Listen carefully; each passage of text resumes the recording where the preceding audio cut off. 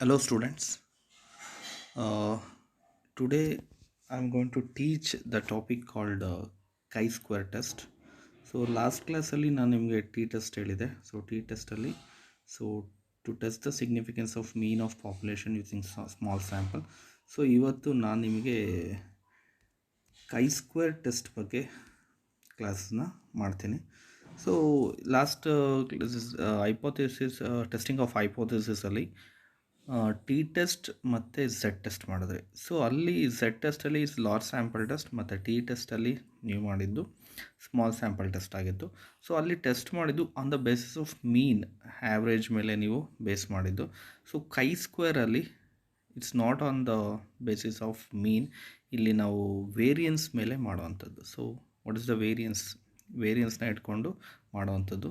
So obviously chi-square is completely based on variance. So ಇಲ್ಲಿ ವೇರಿಯನ್ಸಲ್ಲಿ ಮಾಡಬೇಕಾದ್ರೂ ಕೂಡ ನಾವು ಪಾಪ್ಯುಲೇಷನ್ ಈ suppose to take more than 50 ಆ ಥರ ಇರುತ್ತೆ ಇಲ್ಲಿ. ಸೊ ಲೆಸ್ ದ್ಯಾನ್ 50 ಆ ಥರ. ಸೊ ಇದರಲ್ಲಿ ಎರಡು ಮೆಥಡ್ನ ನಾನು ಮಾಡ್ತೀನಿ. ಒಂದು ಟೆಸ್ಟ್ ಫಾರ್ ವೇರಿಯನ್ಸು, ಇನ್ನೊಂದು 2x2 ಕಂಟಿಂಜೆನ್ಸಿ ಟೇಬಲ್ನ ಎರಡು ಅಪ್ಲಿಕೇಶನ್ ಪಾರ್ಟ್ನ chi-square ಟೆಸ್ಟಲ್ಲಿ ಮಾಡ್ತೀನಿ. So first one is test for variance. So test for variance ಅಂತ ಅಂದರೆ suppose random sample as A drawn from A normal from an suppose a random sample has been drawn from a normal population with mean, mu and standard deviation of variance, that is standard deviation square, to test whether the population variance is chi-square, that is what you call standard deviation square na ಮಾಡುವಂಥದ್ದು. So same thing null hypothesis always ನಾನು ಹೇಳ್ದಂಗೆ ನಿಮಗೆ ಈಕ್ವಲ್ಸ್ನ ಏನು ಮಾಡಿದೆ ಅಂದರೆ what is variance is what you statistic relevant statistics is equal to ಇದಕ್ಕೆ equal ಆಗಿರುತ್ತೆ. ನೆಕ್ಸ್ಟು ನಾಟ್ ಈಕ್ವಲ್ ಇದ್ದರೆ two tail test, greater than ಇದ್ದರೆ ರೈಟ್ ಟೈಲ್ ಟೆಸ್ಟ್, ಮತ್ತು ಲೆಸ್ ದ್ಯಾನ್ ಇದ್ದರೆ ಗ್ರೇಟರ್ ದೆನ್ ಇದ್ದರೆ ರೈಟ್ ಟೈಲ್ ಟೆಸ್ಟ್, ಇದು less than symbol mistake ಆಗಿದೆ, ಇದು that is lower tail test. So ಇಲ್ಲಿ ಲೆಫ್ಟ್ ಟೈಲ್ ಬರಲ್ಲ, ಅಬ್ಸರ್ವ್ ಮಾಡ್ಬೋದು ನೀವು, ಲೆಫ್ಟ್ ಟೈಲ್ ಬರಲ್ಲ. ಆಮೇಲೆ there is no negativity in this. ಅಲ್ಲಿ ನೀವು ಲೆಫ್ಟ್ ಟೈಲ್ ಅಂದರೆ ನೆಗೆಟಿವ್ ಬರ್ತಿತ್ತು, ರೈಟ್ ಟೈಲ್ ಅಂದರೆ ಪಾಸಿಟಿವ್ ಬರ್ತಿತ್ತು, ಇಲ್ಲಿ ನೆಗೆಟಿವ್ ಬರಲ್ಲ ಇಲ್ಲಿ. ಸೊ ಪಾಸಿಟಿವ್ ವ್ಯಾಲ್ಯೂಸ್ಗಳೇ ಬರುವಂಥದ್ದು. ಸೊ ಫಾರ್ಮುಲಾ, ಈ ಟೆಸ್ಟ್ ಫಾರ್ ವೇರಿಯನ್ಸ್ಗೆ ಫಾರ್ಮುಲಾನ ನಾವು ಇದನ್ನು ಯೂಸ್ ಮಾಡ್ತೀವಿ. That is the given here ಇದೆ ನೋಡಿ ಇಲ್ಲಿ. This is the formula we are using for chi-square, that is sigma x minus x bar whole square divided by or else ns square divided by standard deviation whole square. So ಇಲ್ಲಿ chi-squareಗೆ degree of freedom ಕೂಡ ಇರುತ್ತೆ. So n-1, so T ಟೆಸ್ಟಲ್ಲಿ ಮಾಡಿದ್ರಿ, that is n-1. Table ನೋಡ್ಬೇಕಾದ್ರೆ ಈ degree of ಫ್ರೀಡಮ್ಗೆ ಮತ್ತು ಎಷ್ಟು percentage ಇದೆ level of ಸಿಗ್ನಿಫಿಕೆನ್ಸ್ಗೆ ನೋಡಬೇಕಾಗತ್ತೆ. ಸೊ ಇಷ್ಟು ಟೆಸ್ಟ್ ಫಾರ್ ವೇರಿಯನ್ಸ್ಗೆ theory.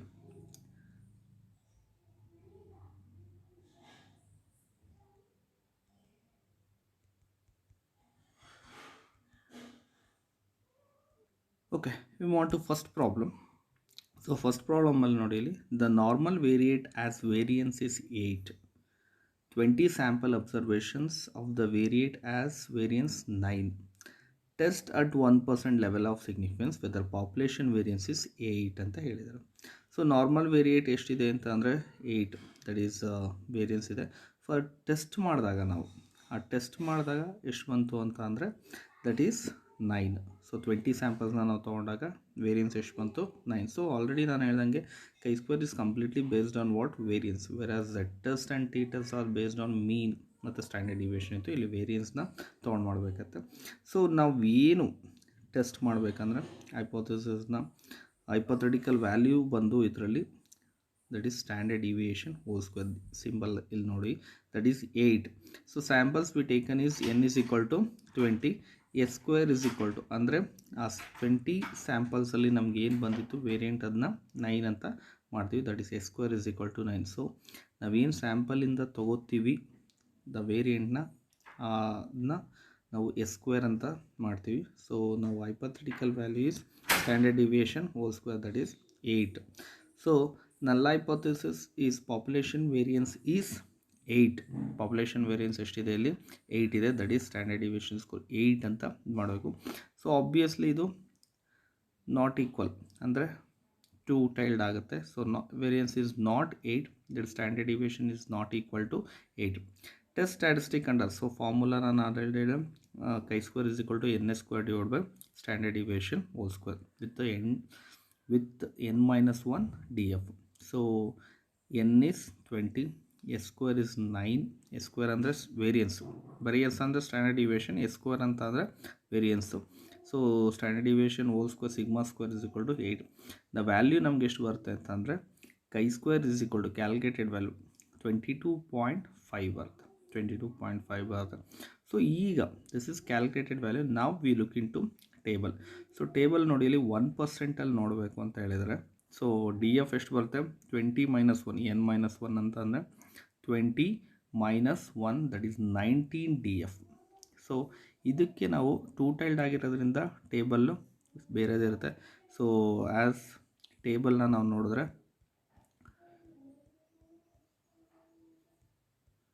So this is the table. So ಈ ಟೇಬಲ್ ನೋಡಿ, so this is two tailed chi ಸ್ಕ್ವೇರಲ್ಲಿ. ಸೊ 19ಗೆ ನೋಡಿದ್ದಲ್ವ ನಾವು.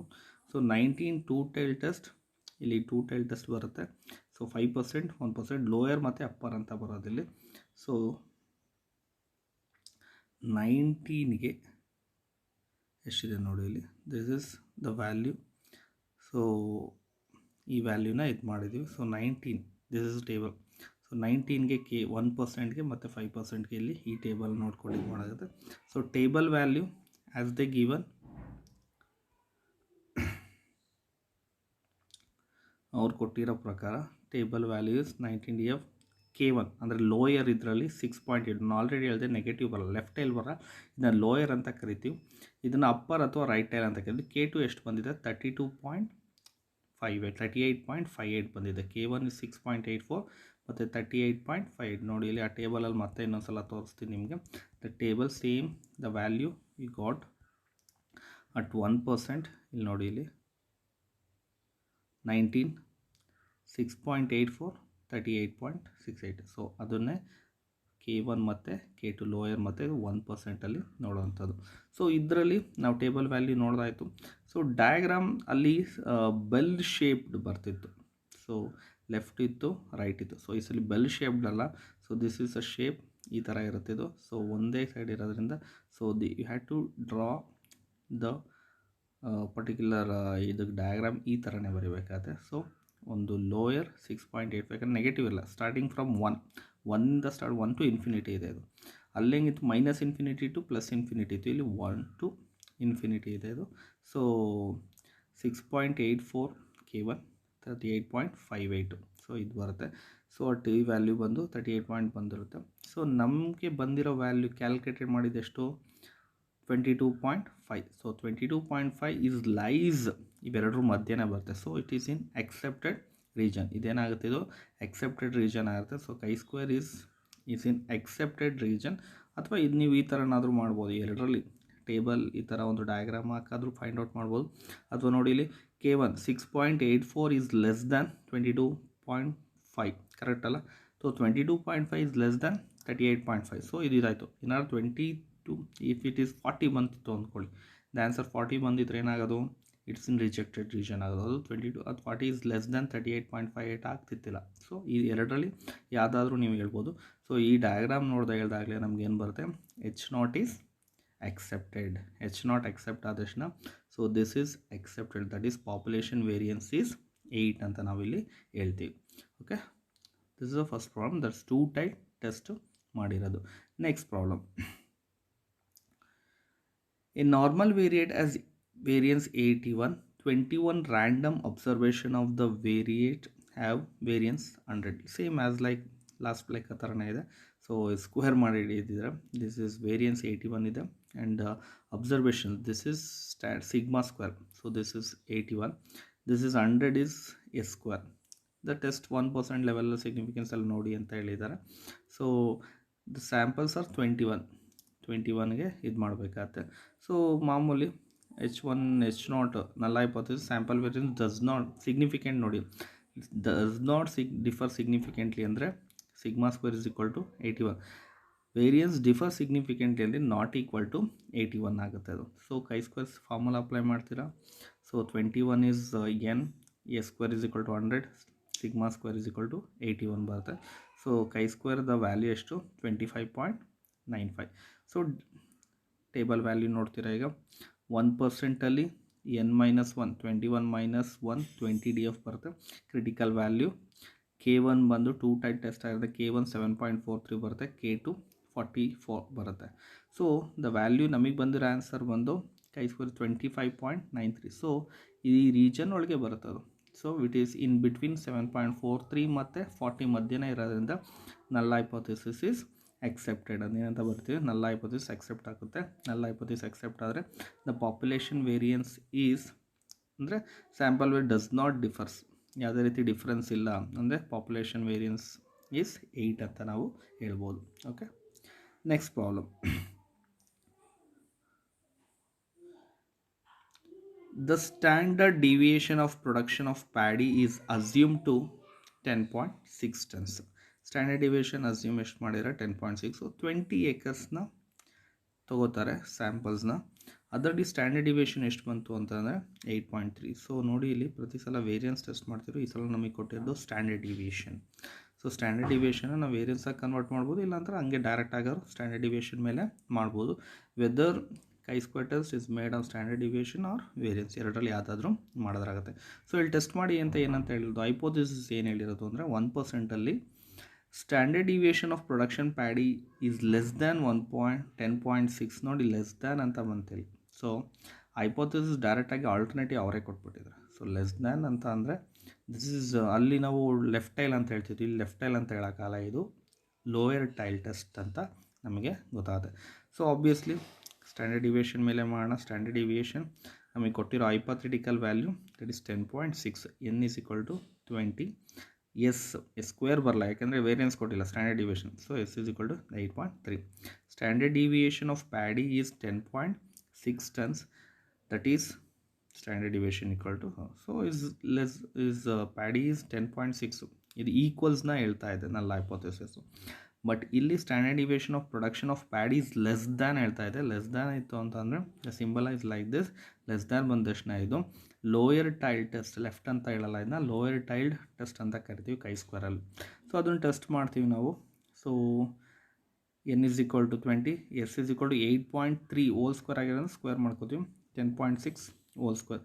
ದ ವ್ಯಾಲ್ಯೂ ನಮಗೆ ಬಂದಿರೋಂಥದ್ದು 12.26. ನಮ್ಗೆ ಎಷ್ಟು ಬಂತು ವ್ಯಾಲ್ಯೂ 12.26 ಬಂತು. ಸೊ ಇಲ್ಲಿ ಯಾವುದು ಸಿಂಗಲ್ ಟೈಲ್ ಟೆಸ್ಟ್ ಆಗಿರೋದು ಅಂದರೆ ಲೋಯರ್ ಟೈಲ್ ಟೆಸ್ಟ್ ಆಗಿರೋದ್ರಿಂದ ಟೇಬಲ್ ನೋಡಿ ಇಲ್ಲಿ at the degree level of freedom ಎಷ್ಟಿದೆ, ಅದಕ್ಕೆ 1%ಅಲ್ಲಿ ಡಿಗ್ರಿ ಆಫ್ ಫ್ರೀಡಮ್ ಎಷ್ಟು ಸ್ಯಾಂಪಲ್ಸ್ ಇಸ್ 20, ಅಂದರೆ 20 - 1 ಅಂತಂದರೆ 19. So at 1% n-1 19 degrees of ಫ್ರೀಡಮಲ್ಲಿ ಬರೀ K1 ನೋಡ್ತೀವಿ ನಾವು, ಅಂದರೆ ಲೋಯರ್ ಟೆಸ್ಟಲ್ಲಿ ಬರೀ ಏನು ನೋಡ್ತೀವಿ ನಾವು, K1 ನೋಡ್ತೀವಿ. So look into table, ನಾವು ಟೇಬಲ್ ನೋಡೋಣ. ಟೇಬಲ್ ನೋಡಿ ಇಲ್ಲಿ. ಸೊ 19ಅಲ್ಲಿ 1%ಗೆ K1 ಎಷ್ಟಿದೆ 7.63 ಇದೆ. ಎಷ್ಟಿದೆ 7.63 ಇದೆ. ಸೊ K1 ಮಾತ್ರ ಇದು ಮಾಡ್ತೀವಿ. ಸೊ K1 7.63 ನೋಡಿ ಇಲ್ಲಿದೆ. ಸೊ 7.63 ಇಲ್ಲಿ ಬರುತ್ತೆ ಅಂತಂದರೆ ಇದ್ರೊಳಗಡೆ ಇರಬೇಕು. 7.63ಗಿಂತ ಕಡಿಮೆ ಆಯಿತು ಅಂತ ಅಂದರೆ ದಟ್ ಈಸ್ ರಿಜೆಕ್ಟೆಡ್. ಸೊ ನಮಗೆ ಬಂದಿರೋ ವ್ಯಾಲ್ಯೂ ಎಷ್ಟು 12.26, ಅಂದರೆ 7.63ಗಿಂತ ಜಾಸ್ತಿ ಇದೆ. So obviously it is accepted. Null hypothesis ಏನಾಗುತ್ತೆ ಅಕ್ಸೆಪ್ಟ್ ಆಗುತ್ತೆ. ನಲ್ ಹೈಪೋಥಿಸಿಸ್ ಅಕ್ಸೆಪ್ಟ್ ಆಯಿತು ಅಂದರೆ standard deviation of production paddy is 10.6, less than ಅಲ್ಲ, ಅದು 10.6 ಅಂತ ಇಲ್ಲಿ ಹೇಳ್ತಾ ಇದ್ದಾರೆ. Okay, we move on to next problem. So ಪ್ರತಿ ಪ್ರಾಬ್ಲಮ್ಲು ಅವರೇ ವೇರಿಯನ್ಸ್ ಕೊಡ್ತಾಯಿದ್ರು, ನಾವು ಇದು ಮಾಡ್ತಾಯಿದ್ದು. ಬಟ್ ಈ ಪ್ರಾಬ್ಲಮಲ್ಲಿ ವೇರಿಯನ್ಸ್ ಕೊಟ್ಟಿಲ್ಲ. ಟಿ ಟೆಸ್ಟ್ಗಳು ಇದೇ ಥರ ಮಾಡಿದ್ದು, ಮೀನ್ ಮತ್ತು ಸ್ಟ್ಯಾಂಡರ್ಡ್ ಡಿವಿಯೇಷನ್ ಕಂಡುಹಿಡ್ಕೊಂಡು. ಸೊ ಇಲ್ಲಿ ಕೂಡ ನಾವು ವೇರಿಯನ್ಸ್ನ ಕಂಡುಹಿಡಿಬೇಕಾಗತ್ತೆ. So for the following points scored by 5 students, ಅವರು ಸ್ಕೋರ್ಸ್ ಕೊಟ್ಟಿದ್ದಾರೆ 139, 5, 7. Test 5% develops the population variance is more than symbol ಬಂತು. ಸೊ ರೈಟ್ ಟೈಲ್ ಅಥವಾ ಅಪ್ಪರ್ ಟೈಲ್ ಅಂತ ಕರಿತೀವಿ, ಯಾಕಂದರೆ ಮೋರ್ ದ್ಯಾನ್ ಇರೋದ್ರೆ 15 ಇದೆ ಅಂತ ನಾವು ಪ್ರೂವ್ ಮಾಡೋಕ್ಕಾಗುತ್ತೆ. This hypothetical value. Hypothetical variance ಕೊಟ್ಟಿದ್ದಾರೆ ಅಂದರೆ ನಮಗೆ ಸಿಗ್ಮಾ ಸ್ಕ್ವೇರ್ ಸ್ಟ್ಯಾಂಡರ್ಡ್ ಡಿವಿಯೇಷನ್ ಇದನ್ನು ಈ ವ್ಯಾಲ್ಯೂನ ಕೊಟ್ಟಿದ್ದಾರೆ. ದೇ ಗಿವನ್ ದಿಸ್ 15, ಬಟ್ ನಮಗೆ ಎಸ್ಸಸ್ ಕೊಟ್ಟಿಲ್ಲ, they not given S square. ಇದನ್ನು ನಾವು ಕಂಡುಹಿಡ್ಕೋಬೇಕಂತೆ by using this values. So X is equal to 139.5, X square ಮಾಡ್ಕೋತೀರಾ, ಅದು ಮಾಡ್ತೀರಾ. Sigma X is equal to 35, sigma X square is equal to 325. So applying this formula, S ಸ್ಕ್ವೇರ್ಗೆ formula ಎರಡಿದೆ, ಈ formula use ಮಾಡ್ಬೋದು. Sigma X square divide by N minus sigma X divide by N whole square. Sigma X square is 325 divided by 5 minus 35 by 5 whole square. 325 by 5, we got the value 65 ಬರುತ್ತೆ. 65 minus 35 by 5 ಅಂದರೆ 7 whole square. 7 whole square ಅಂತ ಅಂದರೆ 49. 65 minus 49 ಅಂತಂದರೆ ನಮಗೆ ಎಷ್ಟು ಬರುತ್ತೆ ಅಂದರೆ 16. The value is ಎಷ್ಟು 16, ಅಂದರೆ ಎಸ್ ಸ್ಕ್ವೇರ್ ಎಷ್ಟು 16. ಅಂದರೆ ಈ ಸಲ ನಾವೇ ಎಸ್ ಸ್ಕ್ವೇರ್ನ ವ್ಯಾಲ್ಯೂನ ಕಂಡುಹಿಡ್ಕೊಂಡು ಆಮೇಲೆ ಮಾಡಬೇಕಂತೆ, because they not given the sample value. So ಅವರೇ ಡೈರೆಕ್ಟಾಗಿ ಕೊಡ್ಬೋದು, ಇಲ್ಲಾಂತಂದರೆ ಈ ಥರ ಕೊಟ್ಟಾಗ ನಾವು ಎಸ್ ಸ್ಕ್ವೇರ್ ಕಂಡುಹಿಡ್ಕೊಂಡು ಮಾಡಬೇಕಾಗತ್ತೆ ನಾವು. ಸೊ ಅವೆಲ್ಲ ವ್ಯಾಲ್ಯೂ ಸಿಕ್ತು. N is equal to 5, sigma square is equal to 15 and S square is equal to 16 ಅಂತ ನಮಗೆ ಗೊತ್ತಾಯಿತು. ಸೊ ಪಾಪ್ಯುಲೇಷನ್ ವೇರಿಯನ್ಸ್ ಇಸ್ 15, ಅಂದರೆ standard deviation square is equal to 15. ಅವರೇ ಹೇಳಿದರೆ ಮೋರ್ ದ್ಯಾನ್ ಅಂತ ಹೇಳಿದ್ದಾರೆ. ಸೊ ಇಲ್ಲಿ ಸಿ ಮೋರ್ ದ್ಯಾನ್ ಅಂತ ಹೇಳಿದ್ದಾರೆ. ಸೊ ಮೋರ್ ದ್ಯಾನ್ ಹೇಳಿದಾಗ standard deviation whole square is equal to 15 ಆಯಿತು. So test statistic under H not is ಏನು ಅಂತ, chi square is equal to N S square divided by standard deviation whole square ಅಂತ. So same formula we are using. 5 into 16 divided by 15, the value we got is 5.33. 5.33 ಇದು K2 ಕಂಡುಹಿಡಬೇಕು. ಯಾಕೆ ಅಂತಂದರೆ it's upper tail ಆಗಿರೋದ್ರೆ K2 ಮಾತ್ರ ಕಂಡುಹಿಡಬೇಕು. So 5% n-1 ಅಂದರೆ 5 samples ಅಲ್ಲ, 5 ಮೇಲೆ 4 DFಗೆ ಎಷ್ಟು ಬರುತ್ತೆ 9.49 ಬರುತ್ತೆ. So when U see this problem ನೋಡಿ, ಇಲ್ಲಿ 5 ಅಂದರೆ 4ಗೆ 5% ಅಪ್ಪರ್ ಎಷ್ಟಿದೆ ಇದು ನೋಡಿ, ದಿಸ್ ಇಸ್ ದ ವ್ಯಾಲ್ಯೂ 9.49 ಬರುತ್ತೆ. ಸೊ ಅಪ್ಪರ್ ಅಂತ ಅಂದರೆ ಮೋರ್ ದೆನ್ ಇರೋದಕ್ಕೆ ಅಪ್ಪರ್ನ ಇದು ಮಾಡ್ತೀವಿ. So 9.49 is the value for that. So 9.49ನ ವ್ಯಾಲ್ಯೂ ಬರುತ್ತೆ. ಸೊ ಅದನ್ನು ನಾವು ಡಯಾಗ್ರಾಮೆಟಿಕಲ್ ಆಗಿದ್ರೆ 9.49 ಅಂದರೆ ಅಪ್ಪರ್ ಇರೋದೇ ಇಲ್ಲಿ ವಿತಿನ್ ದಿಸ್ ಲೆಸ್ ದ್ಯಾನ್ 9.49 ಇರಬೇಕು. ಸೊ ಆನ್ಸರ್ ಎಷ್ಟು ಬಂದಿದೆ ನಮಗೆ 5.33 ಇದೆ. ಸೊ ಆಬ್ವಿಯಸ್ಲಿ ಇಟ್ಸ್ ಏನಾಗಿತ್ತು, ಲೆಸ್ ದ್ಯಾನ್ ಬರುತ್ತೆ. ಸೊ 5.33 ಅಂತ ನಾವು ಹೇಳ್ತೀವಿ. So H not is accepted. The population variance is 15, not more than 15 ಅಲ್ಲ, ಇದು 15 ಅಂತ ಇಲ್ಲಿ ಕನ್ಕ್ಲೂಷನ್ನ ನಾವು ಡ್ರಾ ಮಾಡಬೇಕಾಗತ್ತೆ. Okay, that's all about test for variance. So ಅದರಲ್ಲಿ ನೀವು ಈ ಲೆಕ್ಕಗಳನ್ನ ಎಕ್ಸಸೈಸ್ ಮಾಡಿ. ಸೊ ಇಲ್ಲಿ ನೋಡಿ, ಇಲ್ಲಿ random sample N is equal to 25, ಆ 25 ಬಂದಿರೋ ಅಂದರೆ ಈ S square is equal to 8.5. Standard deviation ಕೊಟ್ಟಿರೋದು, standard deviation sigma is equal to 8.5, S is equal to 8.5, standard division is equal to 10. So ಅವರ ಆನ್ಸರ್ಸ್ ಕೊಟ್ಟಿದ್ದಾರೆ. ಆಬ್ವಿಯಸ್ಲಿ ಇದು K1 ಮತ್ತು K2 ಇರೋದ್ರೆ 2 tail ಆಗುತ್ತೆ. ಸೊ ಇದರಲ್ಲಿ ಅವ್ರು ಕೊಟ್ಟಿಲ್ಲ ವ್ಯಾಲ್ಯೂನ, ನೀವೇ ಎಸ್ಸನ್ನು ಕಂಡುಹಿಡಬೇಕು. ಸೊ ಇಲ್ಲಿ ನೋಡಿದ್ರಲ್ಲ, ಈ ಥರ ಕಂಡುಹಿಡ್ಕೋಬೇಕಾಗತ್ತೆ. ಸೊ ಇದು ನೋಡ್ಕೊಂಡು ಕಂಡುಹಿಡ್ಕೊಂಡು, ಸೊ ಇದು K1 K2 ಇರೋದ್ರೆ ಇದು ಕೂಡ 2 ಟೈಲ್ ಟೆಸ್ಟ್ ಆಗಿರುತ್ತೆ. So these are the 2 problems for the exercise. Next we move on to chi-square for independence attributes. Independent attributes ಅಂತ ಅಂದರೆ by using chi-square we can find out 2 attributes. ಎರಡು independent ಆಗಿರುವಂಥ ಆಟ್ರಿಬ್ಯೂಟ್ಸ್ನ ಇಟ್ಕೊಂಡು chi-squareನ test ಮಾಡ್ಬೋದು. ಅಂದರೆ for example ನೋಡಿ ಕೊಟ್ಟಿದ್ದಾರೆ, association eye colours of parents and children. ಅವ್ರ ಐ ಕಲರ್ಸ್ ಮತ್ತು ಆಟ್ರಿಬ್ಯೂಟ್ಸ್ನ, ಅವ್ರ ಆಟ್ರಿಬ್ಯೂಟ್ಸ್ ಅಂದರೆ ನಿಮಗೆ ಗೊತ್ತಿರ್ಬೋದು, ಇಟ್ಸ್ ಈ something like that which is shows the attributes of your ನೀವು ಅನ್ಎಂಪ್ಲಾಯ್ಡ್ ಆ ಥರ ಇರೋಂಥದ್ದು ಆಟ್ರಿಬ್ಯೂಟ್ಸ್ ಅಂತ ನಾವು ಕರಿತೀವಿ. Where this association between marriage and happiness ಅಂತ ಇಲ್ಲಿ ಹೇಳಿದ್ದಾರೆ. And whether quinine is effective control for malaria or not. ಒಂದು ವ್ಯಾಕ್ಸಿನ್ನು ಮಲೇರಿಯಾಗೆ ಯಾವ ರೀತಿ ಎಫೆಕ್ಟ್ ಆಗುತ್ತೆ ಅನ್ನೋ ಆಟ್ರಿಬ್ಯೂಟ್ ಇಟ್ಕೊಂಡು ಟೆಸ್ಟ್ ಮಾಡಿ, ಇದು ವರ್ಕೌಟ್ ಆಗುತ್ತಾ ಇಲ್ವ ಅಂತ, ಅಕ್ಸೆಪ್ಟೆಡ್ ರಿಜೆಕ್ಟೆಡ್ ಅಂತ ಇಲ್ಲಿ ನೋಡ್ಬೋದು. ಅದು chi-square ಯೂಸ್ ಮಾಡಿಕೊಂಡು. Okay, that is chi-square test for attributes ಅಂತ. ಸೊ ಇದಕ್ಕೆ ಸೇಮ್ ಇಲ್ಲಿ ಮತ್ತೆ ನಾನು ಹೇಳಬೇಕು ಅಂತಂದರೆ, the attributes are independent H1, the 2 attributes are not independent ಅಷ್ಟೇ ಇಲ್ಲಿ ಇದು ಬರೋವಂಥದ್ದು. ಡಿಪೆಂಡೆಂಟು ಮತ್ತು ಇಂಡಿಪೆಂಡೆಂಟು ಅಷ್ಟೇ ಇದ್ರ ಬಗ್ಗೆ ಇದು ಮಾಡೋವಂಥದ್ದು. ಸೊ ಇಲ್ಲಿ ಫಾರ್ಮ್ ನೋಡಿ, ಇಲ್ಲಿ 2 ಟೇಬಲ್ ಇರುತ್ತೆ, ಅಂದರೆ ಕಂಟಿಂಜೆನ್ಸಿ ಟೇಬಲಲ್ಲೇ ಮಾಡುವಂಥದ್ದು ಇದು. ಇಲ್ಲಿ this is the one main formula ಇದಕ್ಕೆ ಯೂಸ್ ಮಾಡುವಂಥದ್ದು. ಕಂಟಿಂಜೆನ್ಸಿ ಟೇಬಲ್ ಆಟ್ರಿಬ್ಯೂಟ್ಸ್ನ ಬೇಸ್ ಮಾಡ್ಕೊಂಡು use ಮಾಡೋವಂಥದ್ದು.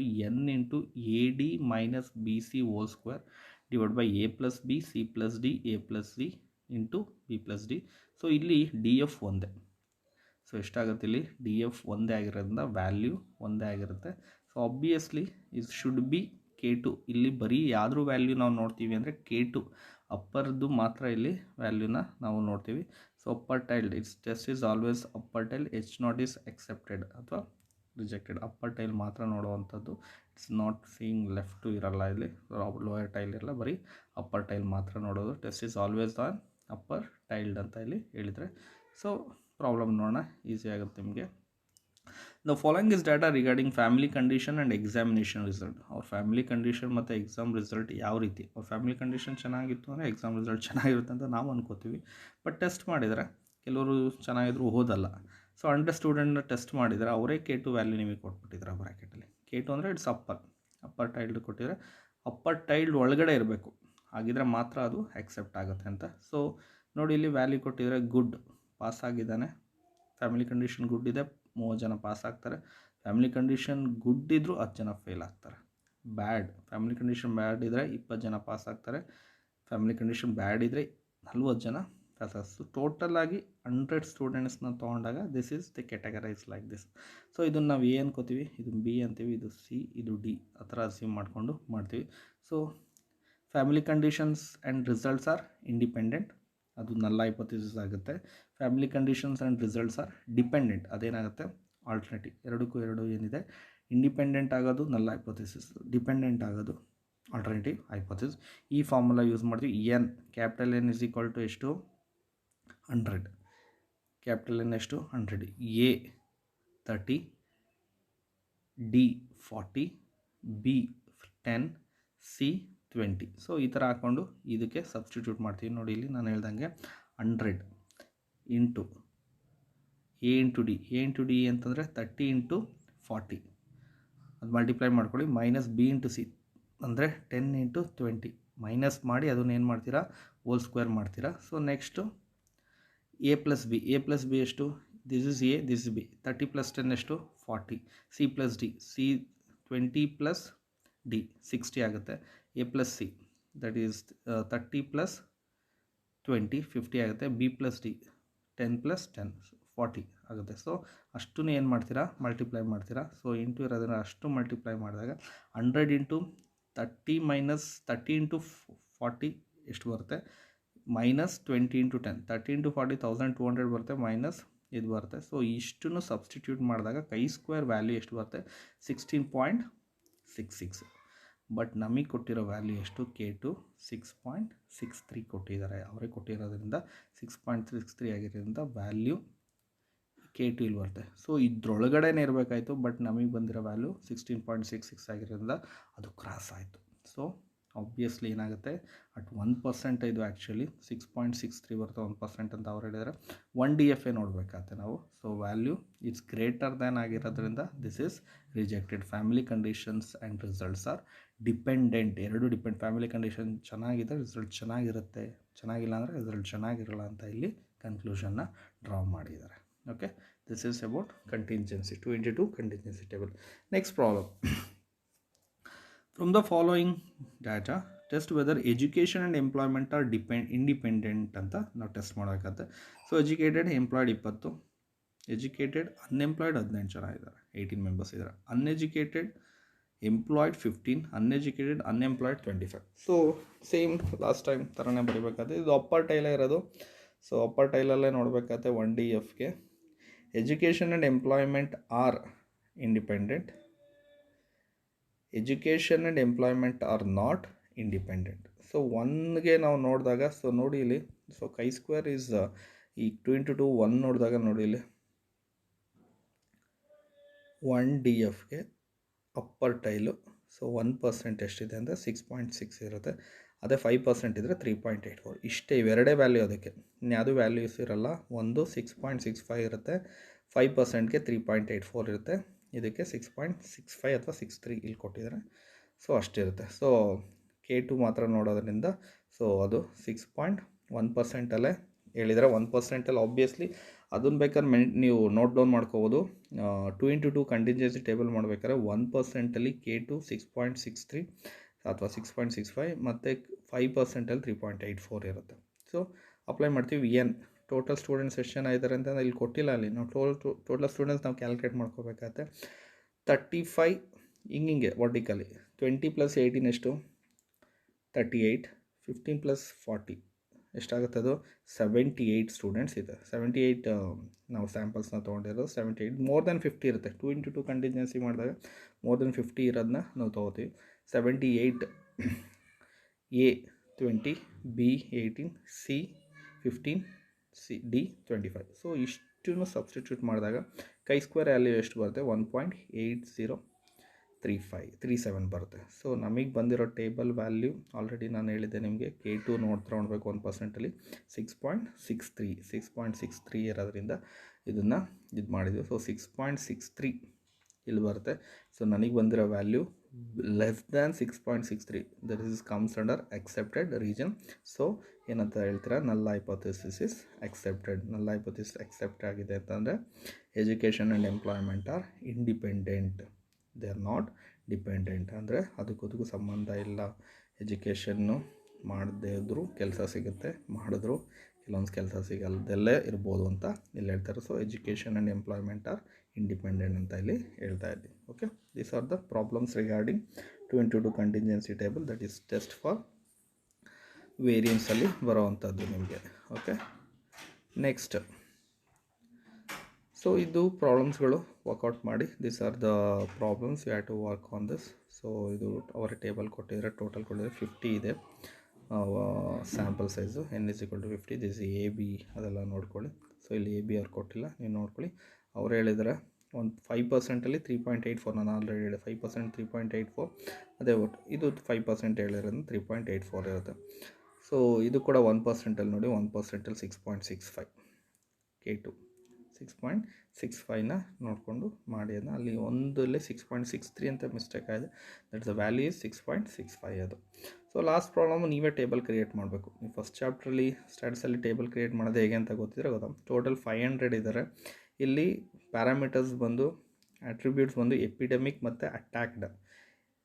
Epidemic 350, in all were attacked, ಮತ್ತು 20 ಇನಾಕ್ಯುಲೇಟೆಡ್ ಮತ್ತು inoculated, not inoculated, attacked, not attacked ಅಂತ ಮಾಡಿ ನೀವೇ ಒಂದು ಟೇಬಲ್ ಕ್ರಿಯೇಟ್ ಮಾಡಬೇಕಾಗತ್ತೆ. Okay, that's all about chi-square test. This is table, you have to follow this. chi-square ಟೆಸ್ಟ್ಗೆ ನೀವು ಮಾಡಬೇಕಾದ್ರೆ ಟೇಬಲ್ ಇದು, T ಟೆಸ್ಟ್ಗಿದು ಮತ್ತು ನಾರ್ಮಲ್ Z ಟೆಸ್ಟ್ಗಿದು. So that's the end of testing of hypothesis. Totally ಈ 6 ವೀಡಿಯೋಸ್ ಇದೆ. ಈ 6 ವೀಡಿಯೋಸ್ನ ನೀವು ನನ್ನ ಕ್ಲಾಸಲ್ಲಿ ಯೂಟ್ಯೂಬಲ್ಲಿ ನೀವು ನೋಡ್ಬೋದು. So you can watch. But ಎಲ್ಲದಕ್ಕೂ ಕಂಟಿನ್ಯೂಟಿ ಇದೆ. ಸ್ಟಾರ್ಟಿಂಗ್ ಫ್ರಮ್ ಥಿಯರಿ, Z ಟೆಸ್ಟಲ್ಲಿ 4 ಅಪ್ಲಿಕೇಶನು, T ಟೆಸ್ಟಲ್ಲಿ 1 ಅಪ್ಲಿಕೇಶನ್ ಮತ್ತು chi-squareಲ್ಲಿ 2 ಅಪ್ಲಿಕೇಶನ್ಸ್ಗಳನ್ನ ನಾನು ಇಲ್ಲಿ ರಿಸಾಲ್ವ್ ಮಾಡಿದ್ದೀನಿ. ಸೊ ಇಷ್ಟು ನಿಮಗೆ ಟೆಸ್ಟಿಂಗ್ ಆಫ್ ಹೈಪೋಥೆಸಿಸಲ್ಲಿ ನಾವು ಕೊಟ್ಟಿರೋ content. So thank you once again all.